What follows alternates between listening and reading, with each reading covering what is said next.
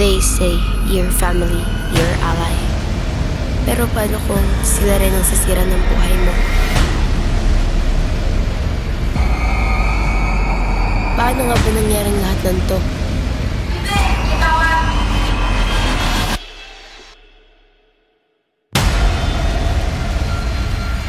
Kahit gaano pa sila kilala, kayang-kaya ka nilang sirain. Valentina! Valentina! Tulong! Tulungan niya ako! Kakayanin mo bang magtiwala pa sa kanila? Ginagawa na sa kanya! Paulit-ulit ka niyang wawasakin. Paano kung ikaw na ang susunod?